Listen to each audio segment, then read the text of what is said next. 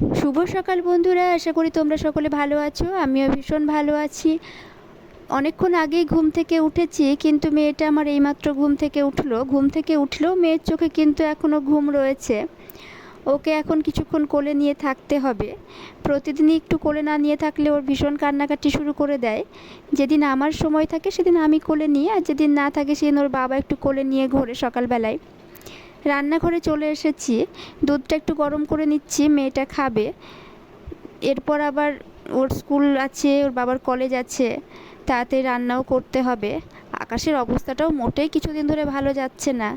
আজকেও সেই তাই একই রকম অবস্থা, মেঘলা মেঘলাই করছে। কিছুক্ষণ হলো মেয়ের ঘুম ছেড়েছে, এখনও ব্রাশ করতে শুরু করে দিয়েছে। 2-3 দিন ধরে দেখছি যে একা একাই ব্রাশ করার চেষ্টা করছে। আর এখন আমার কাছে ও টেডিটা নিয়ে এসেছে। রাত্রিবেলায় ঘুমানোর আগে টেডির নাকটাকেও খুঁটে ফেলে দিয়েছে। তারপর থেকে ওর খুবই কান্নাকাটি যে কখন নাকটা লাগিয়ে দেবে। আমিও বলছি দেব, কিন্তু আসল কথা হচ্ছে আমি পাচ্ছি না খুঁজে, ও কোথায় হারিয়ে ফেলেছে নাকটা। কি দিয়ে লাগাবো বুঝতেও পারছি না। রান্নাঘরে চলে এসেছি, এসে সবজিগুলো কেটে নিচ্ছি। রান্না বসিয়ে দিয়েছি, ভাত হচ্ছে, ভাত হতে হতে সবজিগুলো কাটা হয়ে যাবে। এরপর ঘরে এসে দেখছি যে হাজব্যান্ড এসি পরিষ্কার করছে। বর্ষাকাল পড়ার পর থেকে যেন ঘরদুয়ার একটু বেশি নোংরা হচ্ছে বলে আমার মনে হচ্ছে। কারণ কিছুদিন আগে এসিটা পরিষ্কার করেছিলাম, আবার দেখছি প্রচুর ধুলো পড়েছে। ভাতটা হতে হতে আমার সবজি কাটা মশলা বাটা সবই হয়ে গেছিলো। ভাতটা নামিয়ে আমি এখন মাংসটা বসিয়ে দিয়েছি, ওটাও প্রায় কাছেই আসছে। আর বেশি সময় লাগবে না, আশা করা যায় ঠিক টাইমের মধ্যে হয়ে যাবে। এখন ঘরে যাব, দিয়ে মেয়েটাকে স্কুল যাওয়ার জন্য রেডি করিয়ে দেব।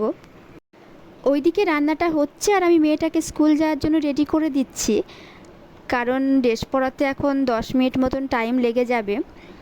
আর কিছুদিন ধরে আকাশের অবস্থা এতটাই খারাপ, সারাদিন তো বৃষ্টি হয়ে যাচ্ছে, এই স্কুল টাইমও বৃষ্টি হচ্ছে, যার জন্য মেয়েটা প্রায় প্রতিদিনই একটু একটু ভিজে যাচ্ছে।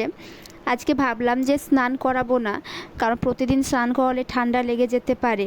এমনও শরীরটা খুব একটা ওর ভালো করছে না। আর এ দেখো সব সময় মোবাইল হাতে নিয়ে বসে আছে, যতই বলছি মোবাইলটা রাখ না, ও কার্টুন দেখেই যাবে, কোনো সময় ফোনটা রাখতেই চাইছে না। আমার রান্না হয়ে গেছে, মেয়েকে খাওয়াতে বসেছি, কিন্তু ও কি আর খুব সহজে খাবে? কোনো রকমে একরকম যুদ্ধ করে ওকে খাওয়ানো হলো। এখনও স্কুল যাওয়ার জন্য রেডি, কিন্তু ও একা একা যাবে না, ওকে বলি বাবার সঙ্গে চলে যা, আমাকেই সেই গেট পর্যন্ত ওকে রেখে আসতে হবে। যেদিন যাব না সেদিন ভীষণ কান্নাকাটি করে। একমাত্র যেদিন বৃষ্টি পড়ে সেদিনই বলি যে তুই চলে যা, সেদিন যায়। আর এই দেখো এখন স্কুল চলে গেল। মেয়ে স্কুল যাওয়ার পর আমার যেসব বাকি কাজগুলো ছিল সেগুলো সেরে স্নান করে উঠে পড়েছি। আজকের মতো এই পর্যন্তই, আবার তোমাদের সঙ্গে দেখা হবে অন্য কোনো ব্লগে। তোমরা সকলে ভালো থেকো, সুস্থ থেকো, এই কামনাই করি।